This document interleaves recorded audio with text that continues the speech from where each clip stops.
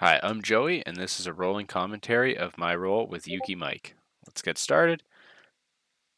So, one thing Mike does a lot is when he starts, he always likes to start with his right knee down and his left knee up. So, immediately I want to put my left foot on his right leg to make space and stop him from crowding me. And I'm going to use this to allow me to attack with a Deli Hiva hook with my right leg here. So notice I grab that, and I'm going to immediately look to Berimbolo here. Mike's really smart. He's keeping his hips lower than mine. It's really hard to Berimbolo someone if their hips are lower than yours, so I'm going to use this to transition to a crab ride. I wanted to take his back, but he kept his hips low, so I ended up coming on top. Just going to start to work some passing. Mike has very good grips and an excellent guard game, so I'm trying to make sure I don't engage him on his terms, and I want to pass on my terms here, breaking his grips when I need to. Trying to control his feet. Mike scoots back, so I try to posture and crowd in on him so that he can't start to stand up. Now I'm going to start to try and backstep over his legs, and I realize that this is going to be difficult because he has good grips, so I come down into a half guard and want to start working a slower style of passing here. I pin his knee with my shoulder, and I'm looking to arm smash pass around, but I can't do that, so I keep his knee pinned, step around, and replace it with my knee. So let's go back and rewatch that sequence here. I pin with my shoulder first, he pops up, I replace my shoulder with my hand here to keep his knee pinned, and this stops him from turning to follow my body as I hop around his legs. Now I need my hands to finish the pass, so I'm going to replace my hand here with my own leg, and that keeps his legs pinned here. I want to finish my knee slide, but you'll notice that Mike does the right thing and he keeps his elbow pinned to his knee. This takes away my space and prevents me from crowding in and getting my knee slide pass. So to deal with that, instead of coming through, I'm going to actually turn around and expose his back here so that I can finish the pass on the other direction. I don't like it. There. And I turn him around and I get the back. So I put one hook in. Mike's doing a great job here. You can't see on the other side, but he's keeping his elbow tight to his knee, stopping me from getting that hook in. So the way I like to finish this is by leaning forward to extend Mike out, and that makes space for my hook. Perfect. Now I'm on Mike's back. Mike's doing all the right things. He's fighting my arm and stopping me from getting around his neck. He's trying to fight my grips. I'm just trying to free my hands and get a dominant grip here. But first, I want to get control of Mike. He's using his legs to hop over, and now Mike's doing a great job. He's trying to get his hips out, and he's trying to turn in to face me as he peels off my hooks. You can see he uses his feet almost like hands here to control my foot as he pries it down. This makes it really difficult for me to get the choke. I get under his neck, but I don't have the right angle. You can see his hips are starting to turn free, and I feel like I'm going to lose my control. As Mike starts to turn to his knees, I let go of the back, and I'm afraid of losing my position, so I switched almost like a bulldog choke to control him while I can spin around to his back. Here I wanted to go for the back again, but Mike did a great job turning, so I've transitioned to my Kimura trap grip, looking for an armbar or a Kimura. Mike's doing the right thing. He's keeping my foot trapped so I can't pinch my knees and get the leverage I need.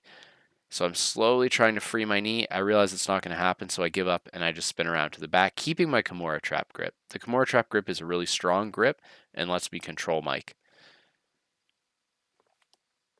Here, Mike's still doing the right things. He's protecting his neck.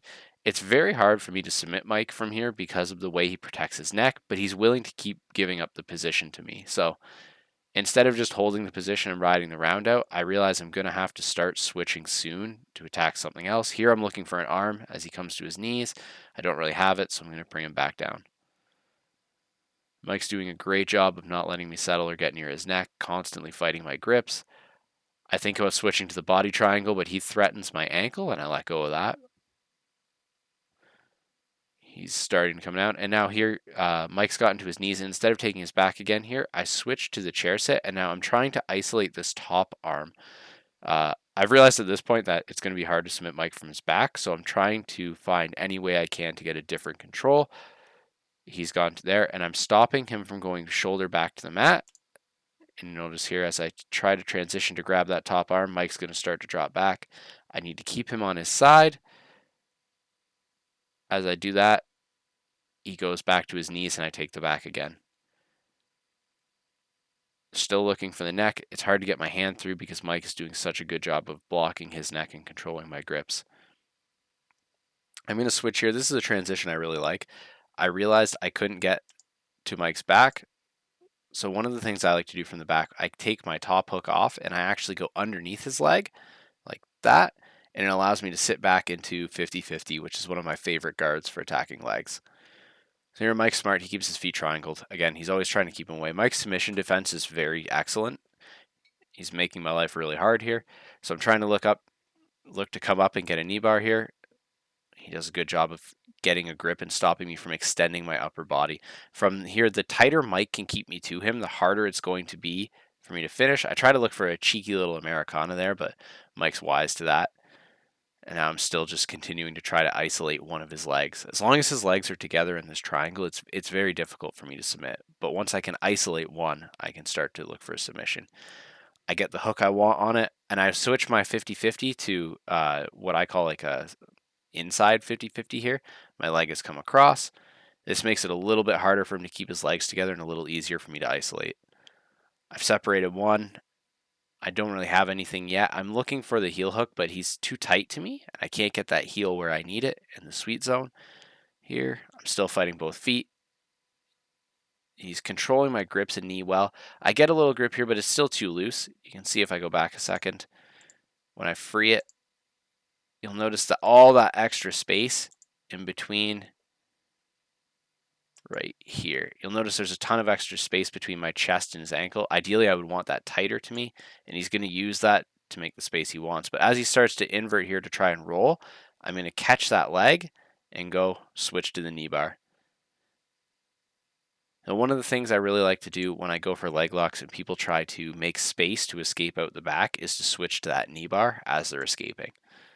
So again, Mike starts the same way he did before, right leg on the ground, left knee up in the air. So I'm going to do the same thing. I'm going to use my left leg to maintain my space while my right leg will look to attack.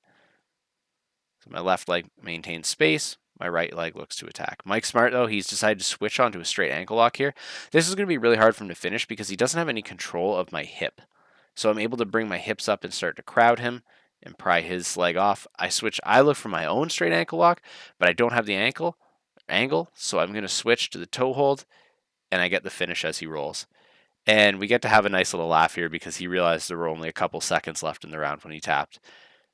Oh, that was my round with Uke Mike. I hope everyone enjoyed and maybe learned something.